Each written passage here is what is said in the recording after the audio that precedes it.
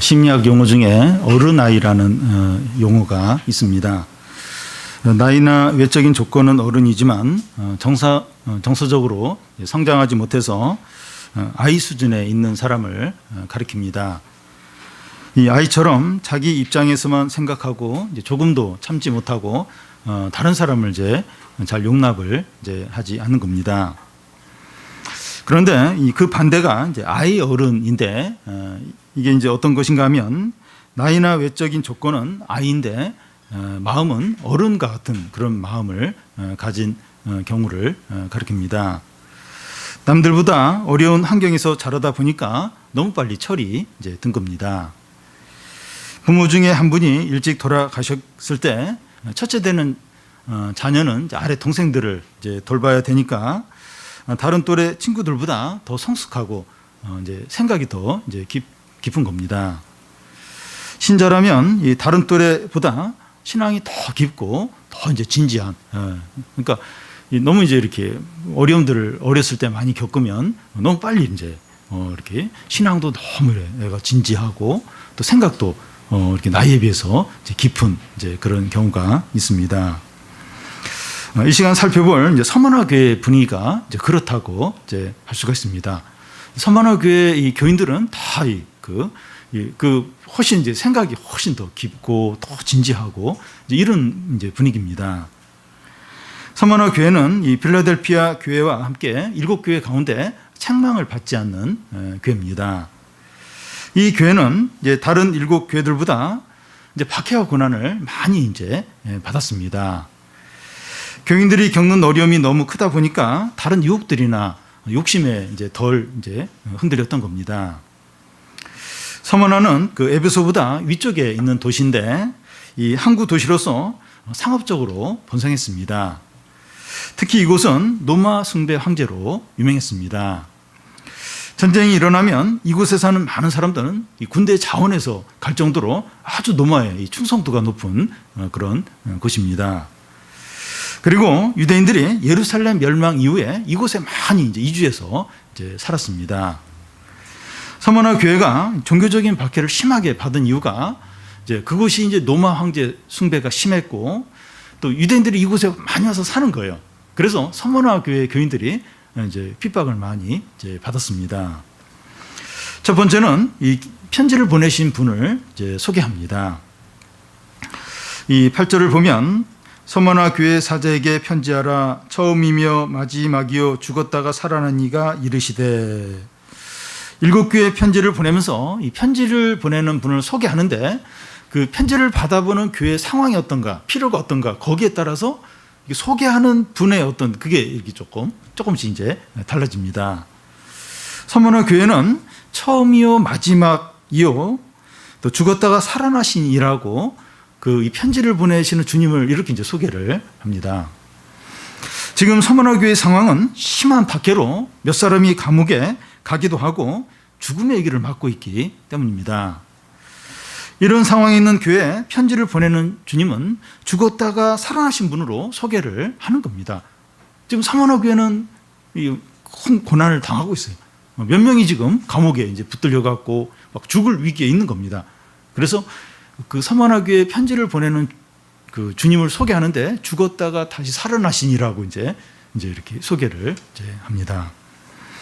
박해와 죽음의 위기 가운데 있는 서머나 교회에게 죽었다가 살아나신 주님만큼 큰 위로와 소망이 되는 게 없습니다.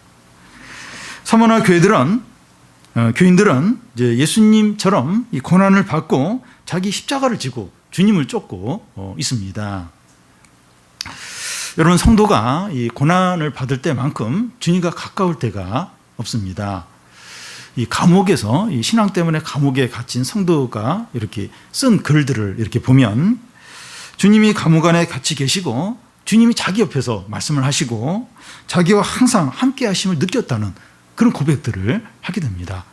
그러니까 성도가 이렇게 신앙 때문에 많은 고난을 겪을 때 꼭 신앙 때문은 아니더라도 어떤 그런 어려움 가운데 빠져 있을 때 제일 주님이 가깝게 느껴지는 거예요.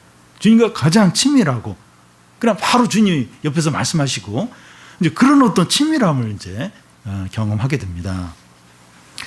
우리가 신앙 때문에 고난과 손해를 본다면 그것은 나 혼자만 이제 받는 게 아닙니다.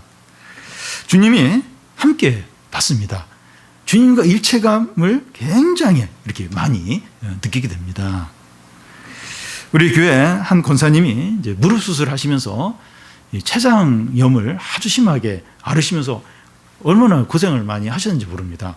근데 이분이 이 고통을 겪으면서 그 예수님이 십자가를 나를 위해서 십자가에서 고통을 당하셨다고 했는데 그 고통이 얼마나 이렇게 힘들었을까?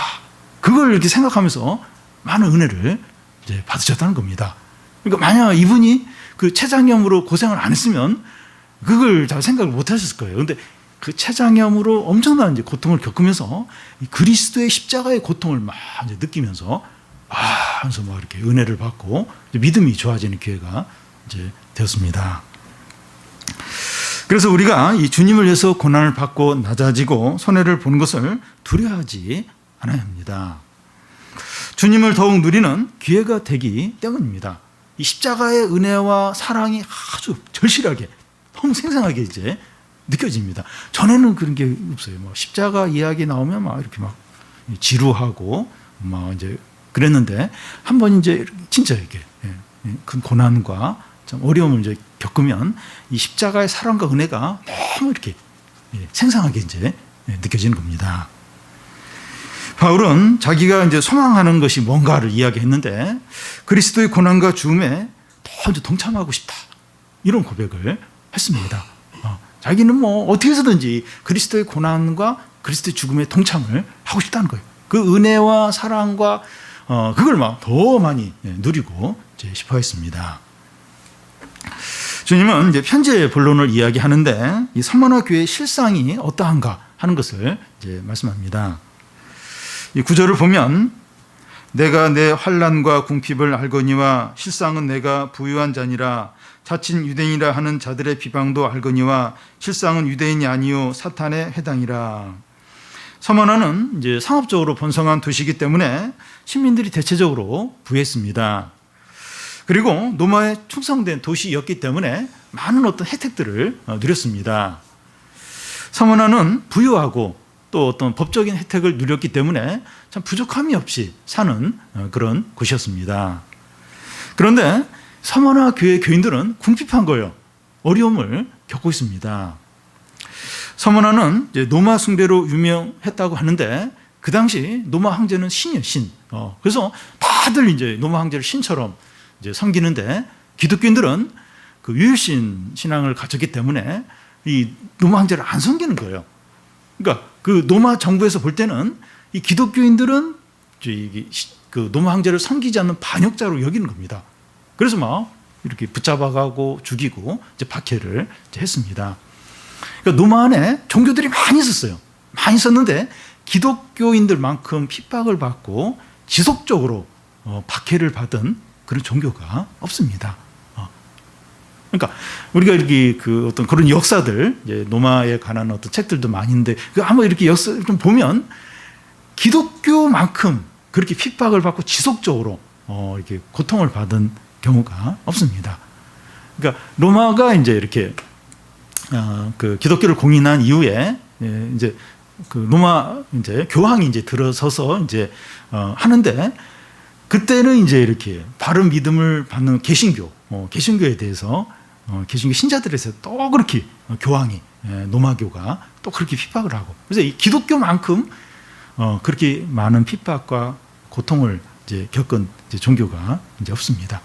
그러니까 유일신 하나님만 이렇게 섬기고 하니까 그렇게 이제 고생을 이제 한 겁니다. 그리고 서머나에는 그 유대인들이 많았다고 했는데 유대인들은 어디를 가든지 상권을 쥐고 있었습니다. 그런데 유대인들이 이제 대부분 이제 유대교를 믿어요. 그러니까 유대교인들이 볼 때 그 유대교를 이제 대부분 믿는데 기독교는 유대교랑 비슷하면서 달라요. 다르니까 더 미운 거예요.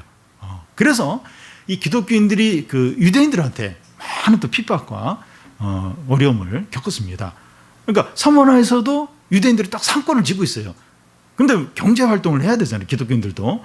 근데 뭐 딱 돈줄을 쥐고선 안 빌려주거나 경제적인 불이익을 주는 겁니다. 그리고 뭐 사업을 하는데 딱 이렇게 돈줄을 쥐고 있으니까 딱 이렇게 돈을 안 풀거나 뭐 또 돈을 회수해 가거나 잃어버리면 이제 기독교인들이 사업을 하면서 막 이렇게 망하고 손해를 이제 보는 거죠. 그래서 서머나에 있는 이 교인들은 막 이렇게 경제적인 어려움들, 가난을 이제 겪어야 했습니다. 이런 이유들로 인해서 이 서머나 교회 교인들은 환난과 가난 가운데 지냈습니다. 그러니까 신앙만 아니면 이런 어려움을 겪지 않아도 돼요. 근데 이 신앙을 지키고 이렇게 믿음으로 살려고 하니까 이런 아픔을 이제 겪었습니다. 그런데 주님은 이 서머나 교인들의 실상을 말씀하는데 실상이 어떻다는 겁니까? 지금 보면 뭐 다 너무 어려워요. 로마 정부는 막 로마 황제 숭배 안 한다고 붙잡아 가려고 하고 또 붙잡아 가기도 하고 또 막 경제적으로는 뭐 유대인들한테 다 막 이렇게 경제적으로 이제 그런 피해를 봐서 막 가난하고 실상은 굉장히 그러니까 이제 현재 굉장히 비참해요. 근데 주님은 너희들의 실상이 어떻다고 이렇게 하십니까? 이 구절을 보면 내가 내 환난과 궁핍을 알거니와 실상은 내가 부유한 자니라. 주님은 너희의 어려움과 가난을 안다는 거예요. 니들이 얼마나 지금 어려움을 겪고 있고 궁핍하고 불안한지 안다는 겁니다. 근데 실상은 너희들이 부유한 자다 이렇게 하십니다. 고린도후서에서 바울이 자신에 대해서 이제 같은 말씀을 했는데 가난한 자 같으나 많은 사람을 부유하게 하고 아무것도 없는 자 같으나 모든 것을 가진 자다. 이게 바로 나다. 기독교인이 이런 자다. 그러니까 아무것도 없는 것 같은데 많은 걸 가졌다는 거예요. 가난한 것 같은데 부유하다. 이게 내가 그렇고 기독교인이 이렇다고 이제 말했습니다. 어떤 사람이 진정한 부자입니까? 그 어리석은 부자 비유에 보면 막 농사가 너무 잘 져가지고 막 수확물이 다른 때보다 10배, 20배로 많이 나온 겁니다. 그래서 이 사람은 창고를 더 크게 짓고 여러 해 동안 마음껏 먹고 즐기자 하면서 막 노래를 부르고 너무 좋아해요. 근데 그날 밤에 주님이 내가 너의 영혼을 가져가려고 하는데 그러면 그 많은 재산이 누구께 되겠느냐고 이렇게 말씀하십니다. 그러니까 하나님께 부여하지 않은 자가 그렇다는 거예요. 하나님께 부여하지 않고 그냥 물질적으로 이런 것만 부여한 자가 바로 이와 이제 같다는 겁니다. 돈과 재산을 많이 가진 자가 진정한 부자가 아니라는 겁니다. 그러니까 눈에 보일 때는 진정한 부자죠. 돈이 몇 억이고 또 뭐 이러면 이제 부자죠. 그런데 그렇게 많은 자가 진정한 부자가 아니라는 겁니다. 3장에 나오는 그 라우디아 교회 이제 교인들은 외적인 것을 갖춤으로 자기들이 부자라고 생각을 했습니다. 그러니까 이 소아시아 여러 교회가 있어요. 여러 서머나 교회도 있고 라우디게아 교회도 있는데 이 라우디아 교회 교인들은 외적으로 많이 가졌어요. 이게 진짜 돈이 많은 거예요. 좋은 집에서 사는 거예요. 이렇게 많은 거예요. 그걸 보면서 자기들은 부자다, 부유하다 그렇게 이제 생각했습니다. 서머나 교회하고는 반대예요. 이제 같은 교인인데 누구는 이렇게 물질적으로 많이, 누구는 물질적으로 궁핍하고, 그러니까 이게 지금 서머나 교회하고 라우디게아 교회하고 이제 교인들이 이제 서로 이제 반대 상황에 있습니다. 3장 17절에 보면 이제 라우디아 교회에 대한 주님 말씀인데요. 내가 말하기를 나는 부유한 부자라 부유하고 부족한 것이 없다 하나 내 공고한 것과 가련한 것과 가난한 것과 눈먼 것과 벌거벗은 것을 알지 못한다 합니다. 라우디게아 교회 교인들은 외적으로 잘 갖추어서 스스로 부자라고 했는데 실상은 헐벗은 자라고 했습니다. 그러니까 이렇게 믿는다고 하는데 이게 달라요. 이 서머나 교회하고 라우디게아 교인들이 달라요. 라우디게아 교인들은 돈도 많고 막 이러니까 우리 부자다. 그런데 주님이 보실 때는 너희도 헐벗었다. 가난하고 눈멀고 헐벗었다고 실상이 헐벗은 자라고 이제 하십니다. 이 마음이 부자하다 이제 이런 말을 하는데 이렇게 경제적으로는 넉넉지 않은데 이렇게 베푸는 거예요. 베풀고 이렇게 돈에 이렇게 연연해하지 않는 이제 그런 것을 말합니다. 그리스도인은 그래서 이제 마음의 부자인 사람처럼 보이는데 이런 의미가 이제 아닙니다. 그리스도인은 뭐 없지만 이제 마음이 부자여가지고 이렇게 없어도 이제 있는 것처럼 잘 이제 사는 이제 그런 걸 이야기하는 게 아닙니다. 그리스도인은 하나님을 소유한 자입니다. 이제 그리스도인 안에 이제 영생이 있는데 그 영생은 하나님의 생명을 가리켜요. 그래서 그리스도인이 그 영생을 가졌다, 하나님의 생명을 가졌다고 하는 것은 하나님을 소유한 것을 말합니다. 하나님은 세상의 모든 돈과 땅과 모든 재물의 주인이십니다. 근데 그리스도인은 하나님을 소유한 자예요. 레위는 이제 그 구약에 보면 땅을 분배받지 못하고 하나님을 기업으로 삼는 자들의 뇌인데 그리스도인이 그런 거예요. 하나님을 소유한 자가 그리스도인입니다. 하나님 온 세상의 주인이신데 하나님을 우리가 소유했으니까 우리가 진정한 부자인 겁니다. 현재는 우리가 좀 궁핍하고 그렇지만 우리가 이제 기도하고 하나님을 의지하고 이러면 하나님이 계속 공급을 해주세요. 하나님 것으로 채워주십니다. 하나님을 소유한 우리가 진짜 부자입니다. 이제 하나님 없이 이제 많은 것을 가진 자와 이 하나님을 소유한 중에 어느 쪽이 더 부자인가 아시겠습니까? 그러니까 하나님 없이 이게 세상에 좋은 것들, 돈들 그걸 다 많이 가진 자하고 이제 그런 건 좀 없더라도 하나님을 소유한 자 중에서 누가 더 부유한가? 누가 부자인가? 아직도 좀 헷갈리십니까? 그래도 하나님 없더라도 돈이 낫지. 그래도 또 땅이 있거나 건물이 있거나 그게 훨씬 낫지. 그게 실제적이지.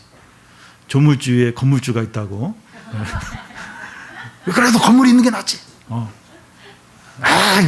목사님 모르는 소리 하지 말라고. 목사님 돈이 없으니까 지금 그런 설교 하는 거 아니냐고. 아직도 좀 이렇게 아직도 모르시겠습니까? 하나님의 말씀과 성령과 영생을 소유한 것이 얼마나 풍성하고 넘치는지 모릅니다. 현재 우리에게 돈이 없고 미래가 불안하고 의지할 만한 것이 없다 해도 우리가 얼마나 부자인지 아시기를 바랍니다. 그래서 막 큰 집에 많은 돈과 가족들마다 다 이렇게 좋은 거 다 가지고 있고 그렇게 해도 이렇게 그렇게 막 싸우고 또 이렇게 비참하고 또 막 감옥에 가고 온 가족들이 수사받고 포트라인에 서가지고 죄송하다고 하고 그러니까 돈이 많아도 엄청나게 그래도 얼마든지 비참한 사람들이 많다는 겁니다. 그래서 진짜 부유한 풍성한 게 뭔가. 그래서 저도 한 번씩 이제 이렇게 참 이렇게 부족함이 없다. 참 부족함이 없다. 그런 걸 이렇게 느낄 때가 있어요. 저희 집에 뭐가 많아서가 아니라 이제 이렇게 좀 하나님 의지하고 바라보고 이제 이런 삶이 좀 풍성한 거예요. 부족함이 이제 없는 겁니다. 물론 이제 각자마다 좀 다를 수는 있지만 이렇게 좀 주님을 의지하고 주님을 누리고 주님을 바라보고 이렇게 살 때 이렇게 어떤 감정적인 이거 그냥 기분이 좋다 이제 그런 의미가 아니라 진짜 이게 풍성한 거예요. 기쁘고 부족함이 없는 겁니다. 우리가 좀 더 이걸 좀 더 이제 더 누리면 좋겠습니다. 서머나 교인들이 환난과 궁핍을 당하도록 이제 주도한 자들이 유대인들이었습니다. 유대인들은 서머나 교인들을 미워하고 온갖 비방을 다 했습니다. 서머나 교인들은 같은 하나님을 믿는 유대인들로부터 그렇게 미움을 받으니까 우리가 이렇게 뭘 잘못 믿나? 우리가 문제가 있나? 이제 그런 의심이 이제 들었을 겁니다. 그러면서 이제 혼란과 침체에 빠지는 겁니다. 왜 같이 하나님을 믿는다고 하는데 저 사람들은 저렇게 우리를 미워할까? 그리고 저 사람들은 경제적으로도 막 돈도 많이 벌고 안정적인 삶을 사는데 왜 우리는 더 바른 진리를 믿는다고 하는데 왜 이렇게 핍박도 많이 받고 또 이렇게 경제적으로도 이렇게 쪼들려야 되나? 그러니까 유대인도 그 유일신 사상이 어떤 면에서 기독교인들도 유일신 사상인데 로마 정부가 유대인들은 그렇게 핍박을 안 해요. 유난히 기독교인들은 그렇게 핍박을 하는 거예요. 그리고 막 또 유대인들한테도 또 이제 미움을 받고 하니까 이 서머나 교회 교인들이 혼란이 생긴 거예요. 침체가 이제 드는 겁니다. 그래서 주님은 그 유대인들의 실상이 어떠한지 그들에게 말씀해 주십니다. 너희들이 그 유대인 때문에 지금 힘들어하는데 같은 하나님 믿는데 왜 우리는 이렇게 차이가 있을까 하면서 혼동이 생기는데 유대인의 실상이 어떠한가 주님이 말씀을 해 주십니다. 9절 중간을 보면 자칭 유대인이라 하는 자들의 비방을 알거니와 실상은 유대인이 아니요 사탄의 해당이라는 겁니다. 이 기독교인들을 대적하는 것은 예수님을 대적하는 것이 됩니다. 바울이 개종하기 전에 이제 기독교인들을 열심히 핍박을 했는데 다메섹 도상에서 예수님이 그 영광 중에 이 바울에게 나타나셔서 사울아 사울아 네가 왜 나를 핍박하느냐 하셨습니다. 그러니까 이게 기독교인들을 핍박하는 게 예수님을 핍박하는 겁니다. 사단이 이제 하는 일이죠. 주님은 이 서머나 교회를 도와주시는데 뭐 돈을 주거나 어려움을 해결해 주는 것이 아니라 말씀을 주셨습니다. 그러니까 말씀을 하시는 거예요. 말씀을 하시는 겁니다. 말씀을 통해서 이 혼돈과 침체에서 벗어나게 해주십니다. 그러니까 유대인들이 대체 누군가? 근데 왜 우리는 저 사람들로부터 핍박을 받는가? 저 사람들도 하나님 믿는데 우리도 저 사람들처럼 이렇게 저 사람들이 하는 것처럼 믿어야 되는가? 혼동이 생겼어요. 침체가 생겼습니다. 근데 하나님은 말씀을 통해서 그런 혼동과 침체에서 벗어나게 해주고 계십니다. 이것이 성도에게 얼마나 필요한지 모릅니다. 어떤 말씀을 주시는가 하면 그들이 고민하는 문제의 실상을 알게 하시는 겁니다. 누가 진정한 부자인가? 그를 비방하는 유대인의 실상이 무엇인가? 말씀을 통해서 보여주신 겁니다. 너희들이 지금 고난 가운데 있고 궁핍하고 그래서 더 비참하게 여기고 있지. 근데 그게 아니야. 너희들이 바로 부유한 자야. 유대인들은 막 그렇게 같이 하나님 믿는다고 하면서 잘 되고 막 너희들을 핍박하는데 그러면 우리가 잘못된 것인가 고민을 했는데 유대인들은 사단의 회당이야. 사단의 무리라는 거예요. 그래서 너무 이제 혼란스러워하지 말라. 이렇게 말씀으로 이런 그 문제의 어떤 실상을 보여주신 겁니다. 너희들 궁핍해 그러면 내가 돈을 줄게. 너희들이 어려워 그러면 어려움 싹 해결해 줄게. 그게 아니고 말씀을 통해서 그들이 혼란스러워하고 침체되어 있는 그 문제에서 벗어나도록 실상을 보여주신다는 겁니다. 말씀을 통해서 이제 문제의 실상을 아는 것만큼 우리에게 필요한 것이 없습니다. 여러분 성도들이 그래요. 이렇게 뭐가 어렵고 힘들고 막 그런데 그 원인을 보면 뭐가 지금 문제인지 그 문제의 어떤 그 원인이 뭔지 이걸 몰라가지고 그렇게 힘들어요. 괜히 이렇게 힘이 빠지는 거예요. 우울한 겁니다. 화가 나는 거예요. 성도는 이제 뭐가 이렇게 파악이 안 될 때, 모호할 때, 그럴 때가 이제 힘이 듭니다. 어떤 분은 이제 이렇게 너무 배가 부르면 이렇게 기분이 안 좋다고 그래요. 그래서 화가 난다고.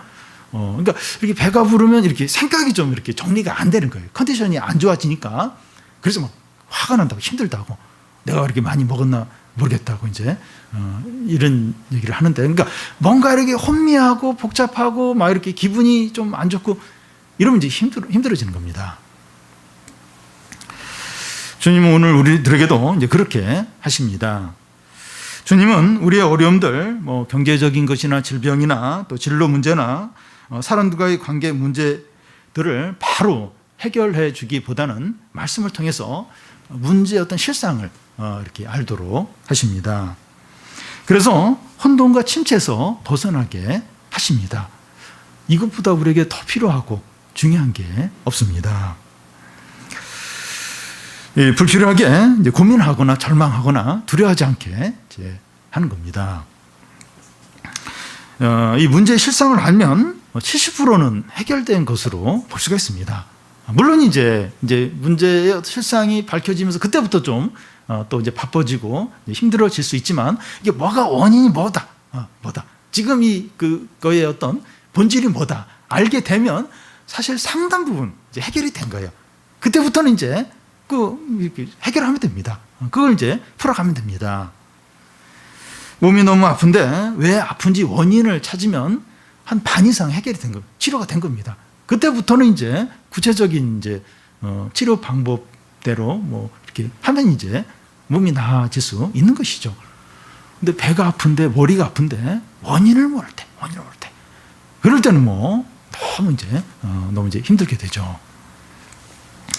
여러분, 우리는 혼란스럽고 두렵고 침체가 될수록 말씀을 가까이 하려고 해야 됩니다. 근데 반대로 뭐가 이거 복잡하고 뭐가 이렇게 좀 혼란스럽고 그러면 이게 말씀을 이제 멀리 할 가능성이 많아요. 근데 막 복잡하고 혼미하고 뭐가 뭔지 모르겠고 그러면 이제 무조건 좀 예배 오려고 하고 이렇게 말씀을 보려고 하고 말씀을 생각하려고 해야 됩니다. 왜냐하면 말씀을 통해서 우리가 고민하는 문제의 실상을 알 수 있기 때문입니다. 실상을 알고 나면 불필요한 두려움이 사라져요. 불필요한 염려가 사라지게 됩니다. 그러면서 이게 좀 어렵고 힘들 수 있지만 용기가 생겨요. 용기가. 뭔가 파악이 되면 이게 염려와 불필요한 두려움이 사라지면서 이제 소망이 생기고 이제 이렇게 맞닥뜨려서 이렇게 감당할 그런 용기들이 그거였구나. 바로 그 문제였구나. 하면서 이거 어떻게 감당해야 되나 하면서 이제 기도하게 되고 이제 그 일을 이제 해결을 하게 됩니다. 근데 뭐가 뭔지 기분은 찜찜하고 화가 나고 막 염려가 밀려오고 이 실체가 뭔지 모르면서 그러면 계속 침체에 빠지는 거예요. 계속 이제 화가 나는 겁니다. 자꾸 텔레비 이제 보려고 하고 근데 이제 뭐가 이제 뭔지 드러나면 이제 이렇게 이제 어디부터 시작을 해야 되는구나. 그리고 내가 할 수 있는 일은 뭐고 또 뭘 기도해야 되는가. 또 다른 사람한테 뭘 기도 부탁을 해야 되는가. 이런 게 정리가 되면서 이제 용기가 생겨요. 힘이 생깁니다. 감당을 하게 됩니다. 그래서 우리는 말씀을 대할 때마다 우리가 고민하는 문제의 실상을 알고자 하는 기대를 가져야 됩니다. 오늘 이 시간 우리가 이곳에 나오면서도 뭔가 이렇게 걱정이 되고 풀어야 될 어떤 그런 문제들이 있었을 겁니다.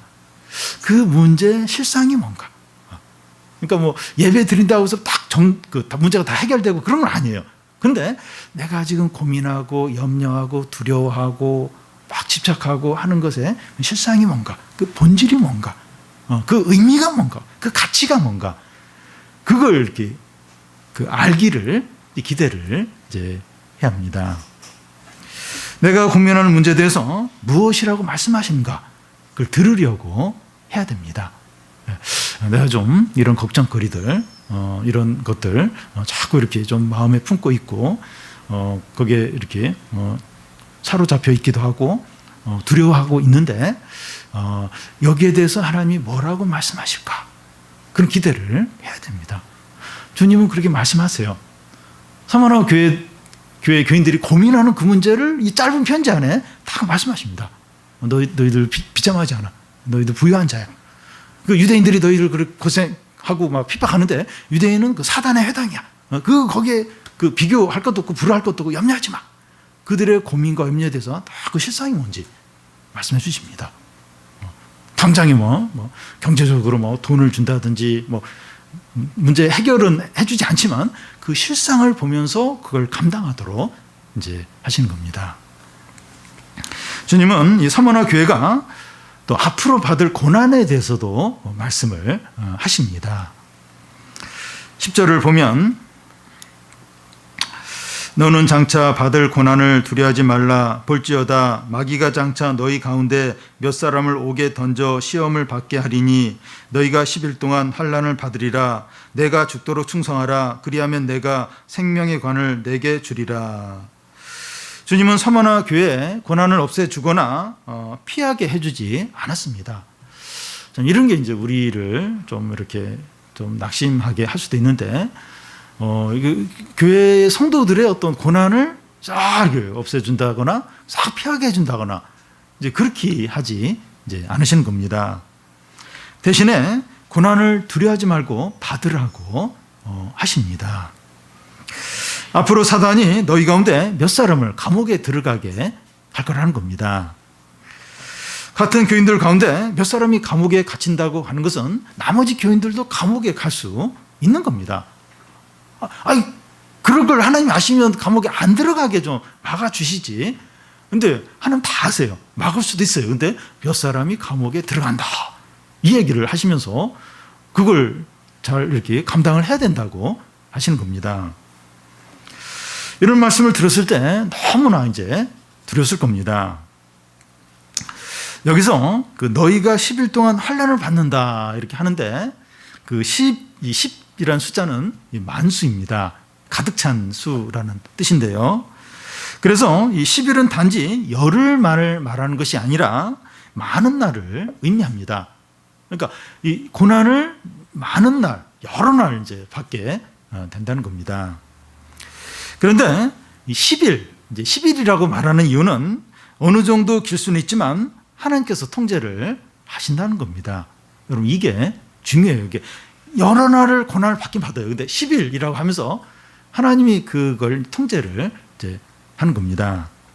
하나님이 허락하신 범위 안에서만 핍박이 있다는 겁니다. 그러니까 핍박이 있다는 거예요. 여러 명이 감옥에 이제 갇히게 되는데 그런 고난이 너에게 찾아오지만 내가 철저하게 그 고난의 길이와 강도와 세기를 그 정도를 내가 철저하게 통제를 한다는 겁니다. 우리가 감당하지 못할 시험을 허락하지 않는다는 거예요. 내가 고난을 준다는 거예요. 고난을 어려움이 이제 있는데 너희가 감당 못할 그런 시험, 어려움은 아니라는 겁니다. 그 너희가 감당할 그 정도의 시험만 내가 딱 통제하고 내가 그것을 컨트롤을 하겠다는 겁니다. 그리고 환난의 기간이 긴데도 10일이라고 한 이유는 성도가 장차 받을 큰 영광과 비교하면 잠깐이라는 거예요. 짧다는 거예요. 왜 10일이라고 표현했을까요? 아마 10일은 넘을 텐데 그렇게 한 이유는 성도가 앞으로 받을 그 영광과 그 축복에 비교하면 사실 너무나 너희들이 받는 고난은 짧다는 겁니다. 그리고 우리가 지금 여기서 받는 고난 때문에 앞으로 큰 상과 영광을 받게 되기 때문입니다. 그래서 고린도후서에 보면 현재 너희가 받는 그 잠시의 그 경한 그 환난이 앞으로 중한 그 영광을 누리게 된다. 이제 그 말씀을 하시는데 성도가 지금 현재 여기서 고난을 받기 때문에 앞으로 큰 영광을 또 큰 상을 받게 된다는 겁니다. 근데 성도인데 고난을 안 받아요. 말 다 피했어요. 다 피해. 좋은 것만 다 받았어요. 그러면 그 앞으로 주님께 갔을 때 어떤 영원한 영광이나 축복이나 상은 없는 겁니다. 그러니까 이렇게 믿음으로 살려고 하면 이 핍박과 어려움을 안 당할 수가 없어요. 그래서 그걸 이제 받으면 다 믿음으로 감당을 하면 큰 상과 큰 영광을 누린다는 겁니다. 주님은 이 고난에 대해서 어떤 자세를 가지라고 하십니까? 내가 죽도록 충성하라. 그리하면 내가 생명의 간을 내게 주겠다는 겁니다. 살려고 하지 말라는 겁니다. 죽도록 충성하라. 살려고 하지 말라는 겁니다. 편하고 좋은 길을 찾지 말라는 겁니다. 죽도록 충성하라. 편한 길 생각을 하지 말라는 겁니다. 고난을 받을 뿐만 아니라 죽는다 할지라도 끝까지 믿음으로 살라는 겁니다. 그래서 죽도록 충성하라. 그러니까 죽으라고 너무 어려우면 피해라. 그게 아니라 죽더라도 죽을 때까지 절대로 믿음을 내려놓지 말고 끝까지 믿음으로 살라는 겁니다. 주님 도저히 못 견디겠습니다. 모든 것을 포기하고 있습니다. 죽을 것 같습니다. 그럴 때가 있어요. 그럴 때. 그래서 삶이 너무 힘들기 때문에 그리고 참 이게 믿음대로 할까 말까 이 믿음대로 하는 게 너무 힘들어요. 너무. 그러니까 이게 딱 타협하고 같이 이제 거짓말하고 이 불법으로 행하면 이게 좀 넘길 수 있어요. 근데 믿음으로 하는 게 너무 힘든 거예요. 좀 죽을 것 같습니다. 못 견딜 것 같습니다. 그럴 이제 순간들이 오는데 그래도 끝까지 믿음으로 행하라는 겁니다. 의인은 오직 믿음으로 산다는 겁니다. 바울이 말한 것처럼 내가 사나 죽으나 그리스도가 존귀케 되기를 원한다고 하라는 겁니다. 내가 죽을 수도 있고 살 수도 있고 망할 수도 있고 성공할 수도 있는데 어떻게 되든지 나에게서 그리스도가 존귀케 되기를 원한다. 주님의 이름이 높아지길 원한다. 그렇게 하라는 겁니다. 물론 그렇게 못할 때가 많아요. 타협하고 싶고 막 이렇게 대강하고 싶고 그런 생각이 많이 들고 그렇게 할 때도 있는데 그렇게 하지 말고 어떻게 해서든지 좀 이렇게 고생하고 힘들고 좀 경제적으로 어렵고 질병으로 고생하고 혹시라다가 완전히 망할 수도 있을 것 같고 그렇다 할지라도 어떻게 되더라도 좀 그리스도가 존귀케 되고 주님 이름이 높아지기를 그렇게 원하라는 겁니다. 그걸 기억을 하라는 거예요. 내가 조금 더 편한 길을 갈까? 조금 더 쉽게 갈까? 조금 덜 손해볼까? 그럴까 아니면 믿음으로 할까? 그런 고민이 든다면 믿음으로 하라는 거예요. 믿음으로.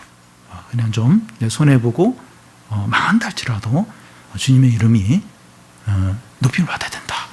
그렇게 이제 하라는 겁니다. 자기를 위하여 살고자 하는 자는 죽고 주님을 위해서 죽고자 하는 자는 산다고 하였습니다. 여러분 수영 못하는 사람이 물에 빠졌을 때 살기 위해서 막 발버둥을 치면 점점 더 막 밑으로 가라앉아요. 그리고 막 물도 많이 마시게 되고 결국 이제 이렇게 누가 건져주지 않으면 이제 물에 빠져 죽게 됩니다. 근데 그냥 죽어야겠다. 그러면서 몸에 힘 빼고 가만히 있으면 몸이 뜬다 그래요. 물론 그건 보통의 배짱과 믿음이 없으면 안 될 것 같은데요.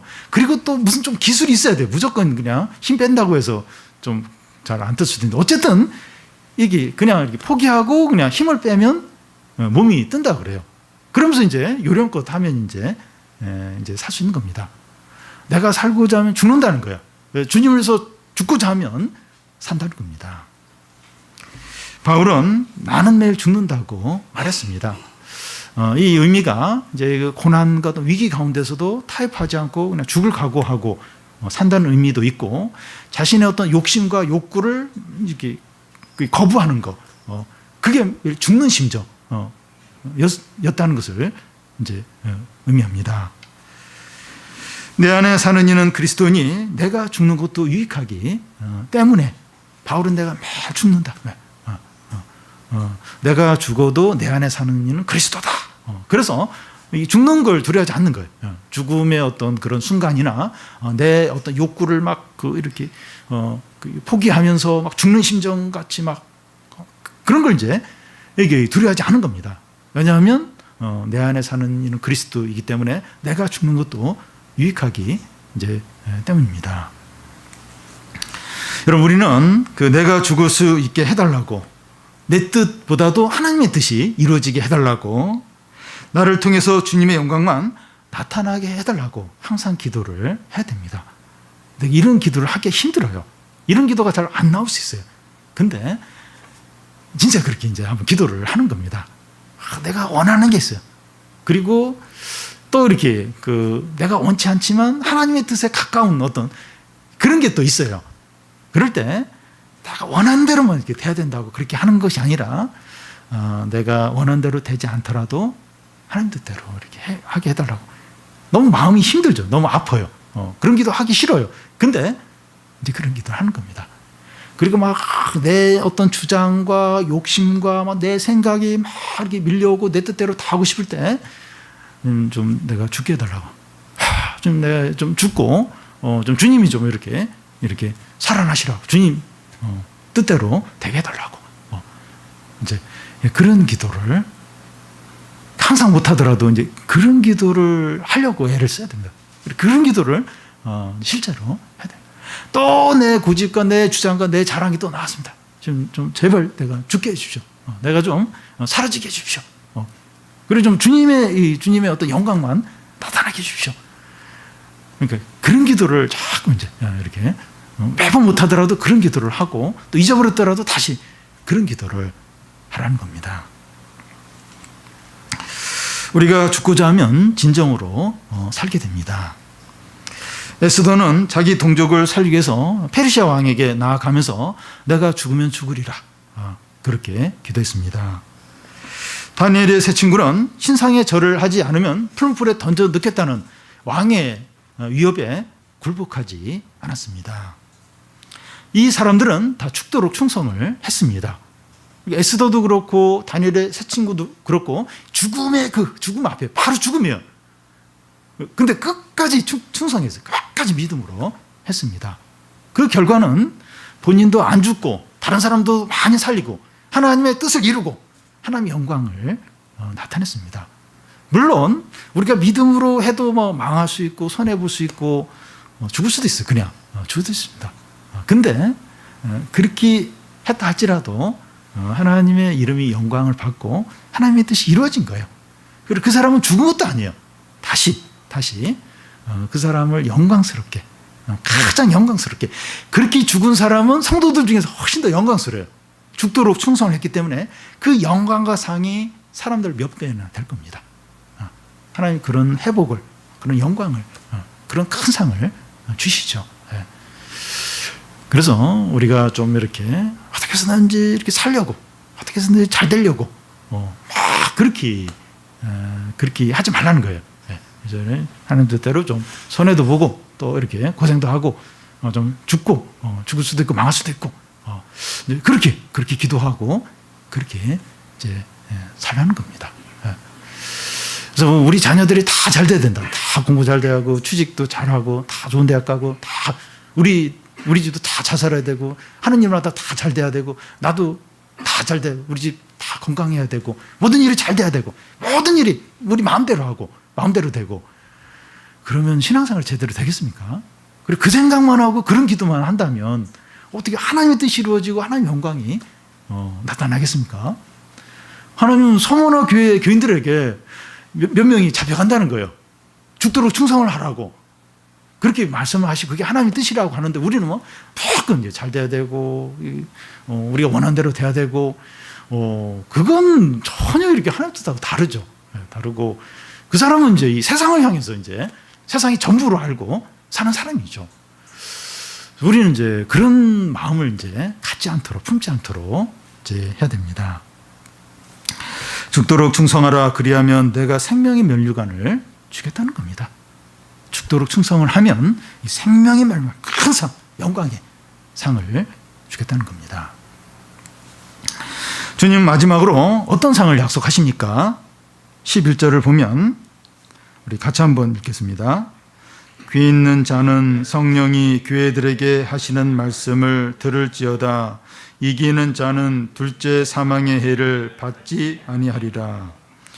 말씀을 들으라고 하십니다. 말씀을 듣고 믿고 순종하는 자는 모든 고난과 유혹을 이기게 됩니다. 여기서 말씀을 듣고 믿고 이제 순종해서 이기는 자가 어떤 자입니까?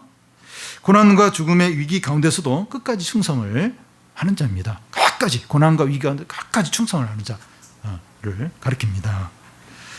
이런 이기는 자에게서 자에게 어떤 약속이 되었습니까? 이렇게 이기는 자에게 어떤 상을 주십니까? 둘째 사망의 해를 받지 않는다는 겁니다. 첫째 사망은 육체적인 죽음을 가리키는데 이건 모든 사람이 다 육체적인 죽음을 이제 당하게 됩니다. 중요한 것은 둘째 사망인데 이것이 어떤 것인가 하면 사람이 죽으면 영원한 생명과 영원한 멸망으로 나뉘게 됩니다. 그런데 그 영원한 지옥에 떨어져서 영원한 고통을 당하는 것이 둘째 사망입니다. 사단과 사단을 추종하는 모든 사람들이 겪는 사망이 바로 둘째 사망입니다. 그래서 두려워야 될 게 뭔가 하면 이 둘째 사망을 두려워야 돼요. 영원한 지옥에 던져지는 이걸 진짜 두려워해야 됩니다. 그러니까 이 세상에서 고생하고 또 이렇게 육체적인 죽음을 당하는 이걸 두려워할 게 아니라 이 둘째 사망, 영원한 지옥에 던져지는 이걸 진짜 두려워해야 됩니다. 이기는 자 곧 죽도록 충성하는 자만이 영원한 멸망에 떨어지지 않습니다.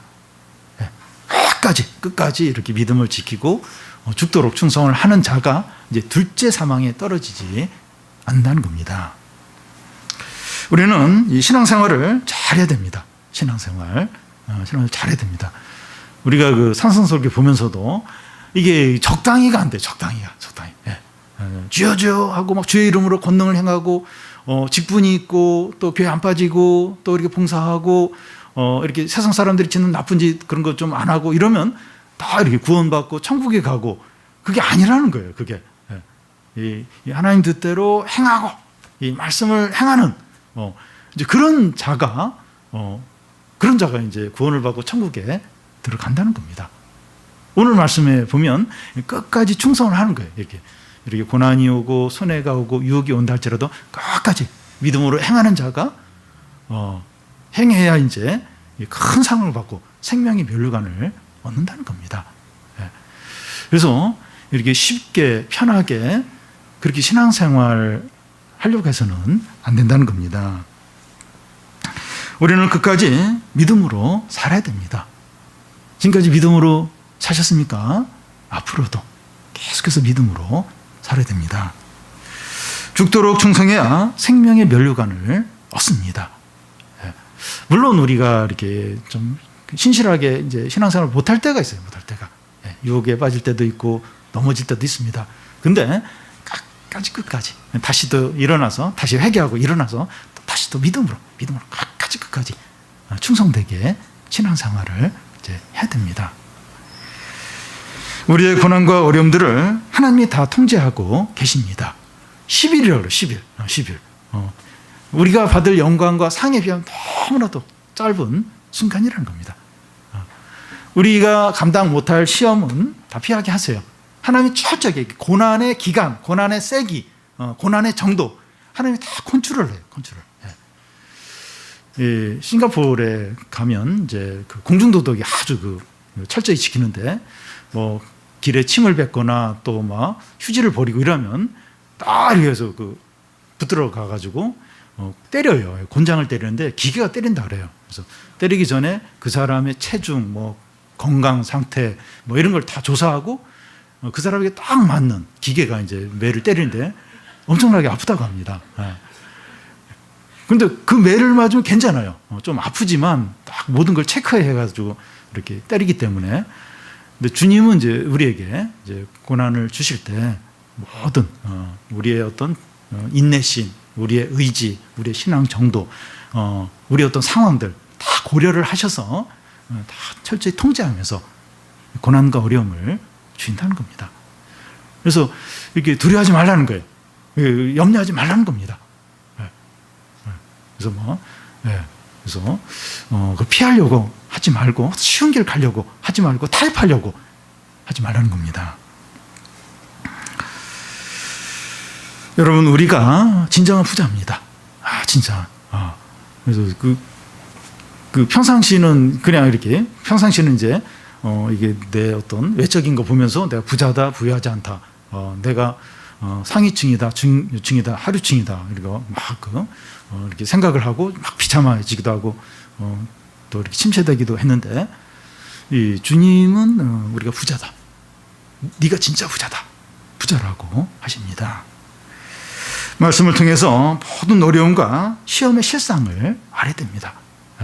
오늘 우리 주님 앞에 나왔는데 우리의 이런 고민들, 염려들 이런 것들 실상을 우리가 막 집착하는 게 있다면 그 실상을 알도록 기대를 이제 해야 합니다.